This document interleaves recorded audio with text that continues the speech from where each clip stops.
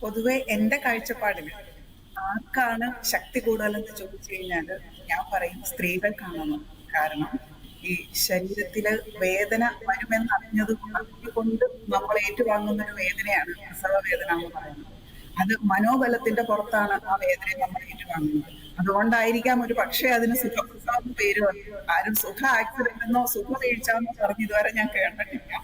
എനിക്ക് തോന്നുന്നു അങ്ങനെയാണ് എന്നുള്ളത്. പക്ഷെ ഒരു കുടുംബം അദ്ദേഹം പറഞ്ഞ പോലെ ഒരു കുടുംബം എന്ന് നന്നാവും ഒരു സ്ത്രീ നന്നായാൽ എന്നാണ് പറയണത്.